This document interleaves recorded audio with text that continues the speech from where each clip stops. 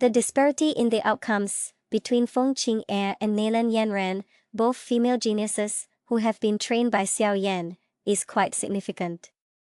Despite the numerous women who opposed Xiao Yan, such as the arrogant Nalan Yanran from the northwestern continent and Lu Fei from the Jiaonan Academy, it was Feng Qing'er, the direct disciple of the Thunder Venerable of the Wind Lightning Pavilion, who posed the greatest challenge. These women shared a common trait, exceptional strength and a disdainful attitude towards Xiao Yan during his early days of insignificance.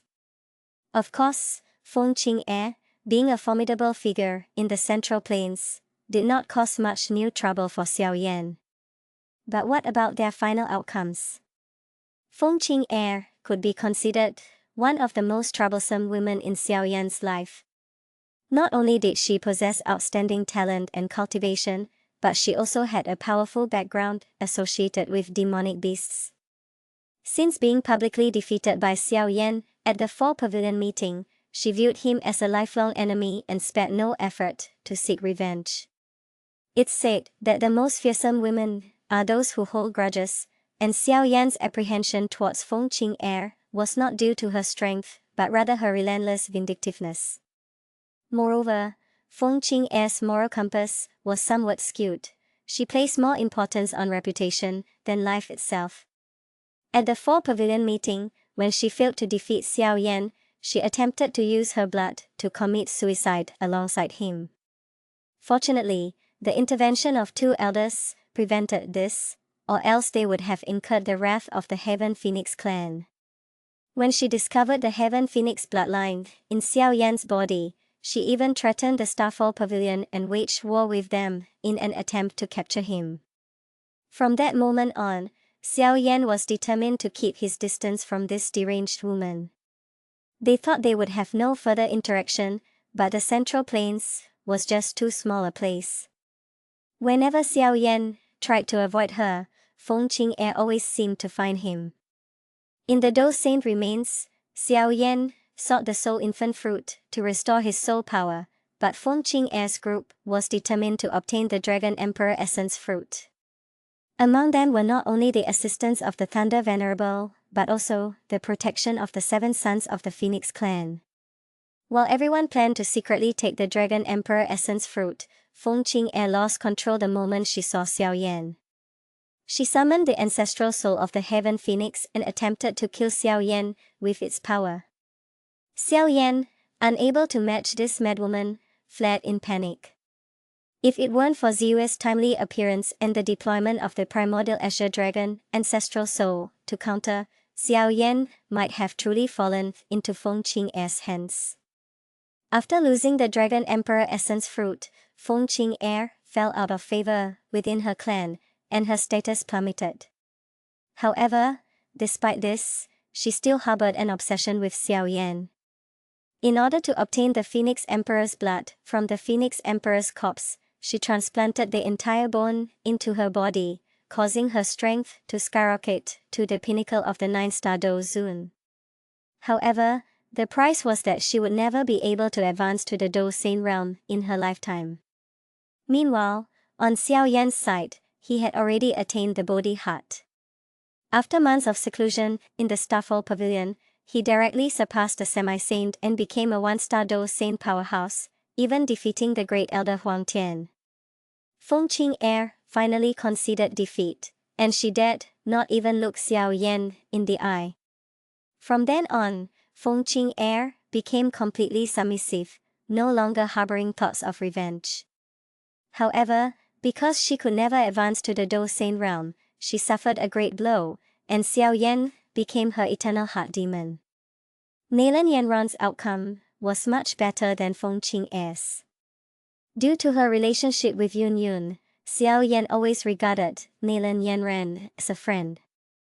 During their experience in the Heaven Eye Blood Pool, Xiao Yan insisted on bringing Nalan Yanran through the thunderstorm, despite the disapproval of others. During the sound wave battle, Nalan Yanran blocked her ears with Do Qi and closely followed Xiao Yan. However, as the intense sound waves continued to assault them, her Do Qi was depleted halfway, and she was sent flying with a deathly pale face. Seeing this, Xiao Yan hurriedly caught her, instructing her to protect her ears, while he dealt with the rest.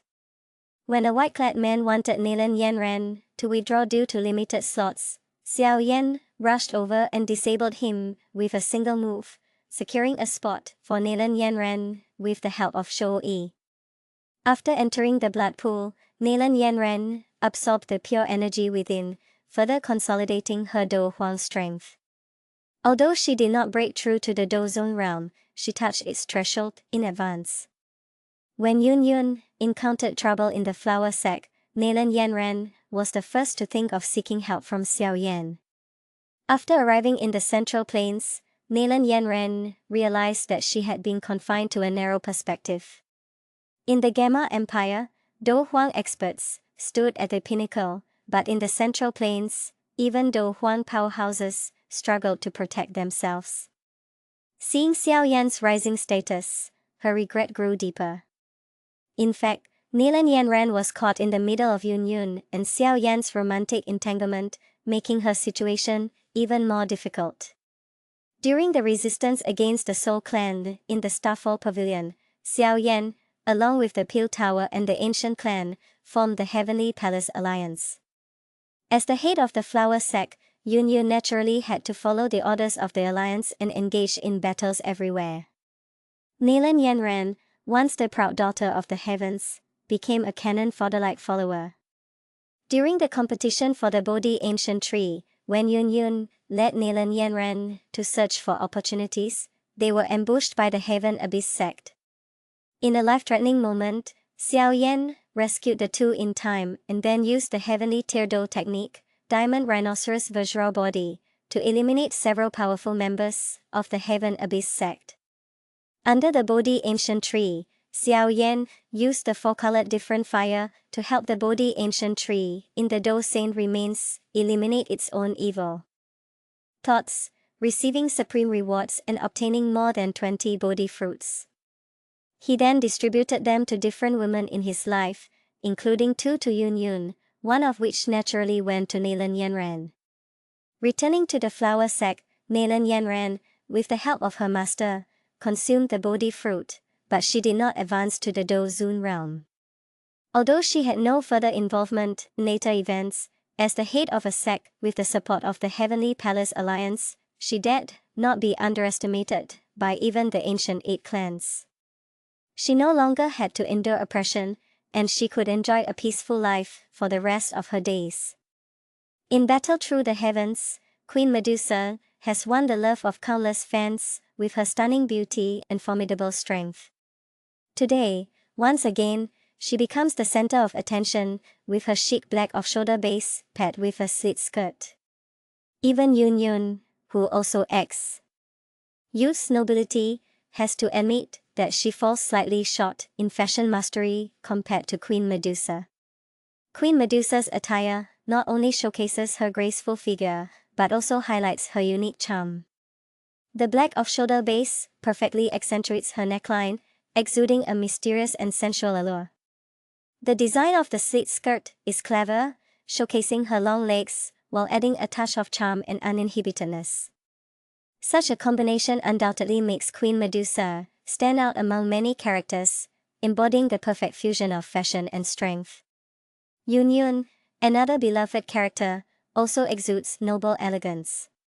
But under the backdrop of Queen Medusa's stylish appearance, Yun Yun also has to admit that she falls slightly short in fashion mastery. Yun Yan's fashion style tends to be more traditional and conservative, while Queen Medusa dares to try different fashion elements, showcasing her personality and charm to the fullest. Queen Medusa's attire is not just about pursuing fashion, but also about displaying her confidence in her personal strength. In the world of battle through the heavens, she is not only a formidable warrior, but also a woman who knows how to showcase her charm. Her fashion choices are not merely about grabbing attention, but also about expressing her attitude and personality. Of course, fashion isn't the sole source of Queen Medusa's allure. Her strength, wisdom, and unwavering spirit have also earned her the admiration of countless fans. But today, Let's momentarily set aside her regal demeanor and focus solely on her performance in the realm of fashion. Because at this moment, Queen Medusa is not just a warrior, but also a trend-setting icon in the world of fashion. In summary, Queen Medusa's stylish ensemble of a black off-the-shoulder top paired with a slit skirt once again proves her mastery in the fashion world. Even the elegant and noble Yun must admit her own shortcomings in this regard. As fans, we should appreciate and learn from Queen Medusa's unique vision and courage in the realm of fashion. After all, in this fantastical and boundless world, fashion is also an important means of self-expression and showcasing personality. Upon learning that Xiao Yan was sealed in the star region Sea of Fire, Xiao Sun's heart grew heavy. She knew Xiao Yan faced immense danger, yet she was helpless and unable to aid him in escaping his predicament. Inside the chamber, Xiao Sun couldn't sit still, filled with anxiety and helplessness. She hoped to find Xiao Yan quickly, but didn't know what to do. Qinglin stood by silently, observing Xiao Sun's every move. He understood her concern and worry for Xiao Yan. But at this moment, all they could do was wait for the right opportunity, hoping Xiao Yan could overcome the crisis on his own. For Xiao Sun, every passing second felt like an eternity. Her anxiety and unease grew with each moment, longing to see Xiao Yan return safely. Finally, one day, news arrived that the fire in the star region had subsided slightly. The experts from the Peel Tower decided to re-enter the star region to search for Xiao Yan's whereabouts. Upon hearing this news, Xiao Sun felt a glimmer of hope, knowing she finally had a chance to see Xiao Yan again. In the star region, Xiao Yan faced the raging sea of fire alone. His gaze was firm and calm, knowing he had to overcome this challenge to return to the world of freedom. Despite the overwhelming difficulties, he was determined not to give up easily. After arduous efforts, Xiao Yan finally conquered the flames in his heart and regained his freedom. As he stepped out of the star region and returned to the world, Xiao Sun was already waiting there, her eyes filled with joy and relief. Though no words were spoken, their eyes met, conveying their mutual feelings. They knew their emotions would accompany each other no matter the hardships they faced. At this moment, Xiao Yan, despite facing a thrilling ordeal, had a gaze even more resolute than before.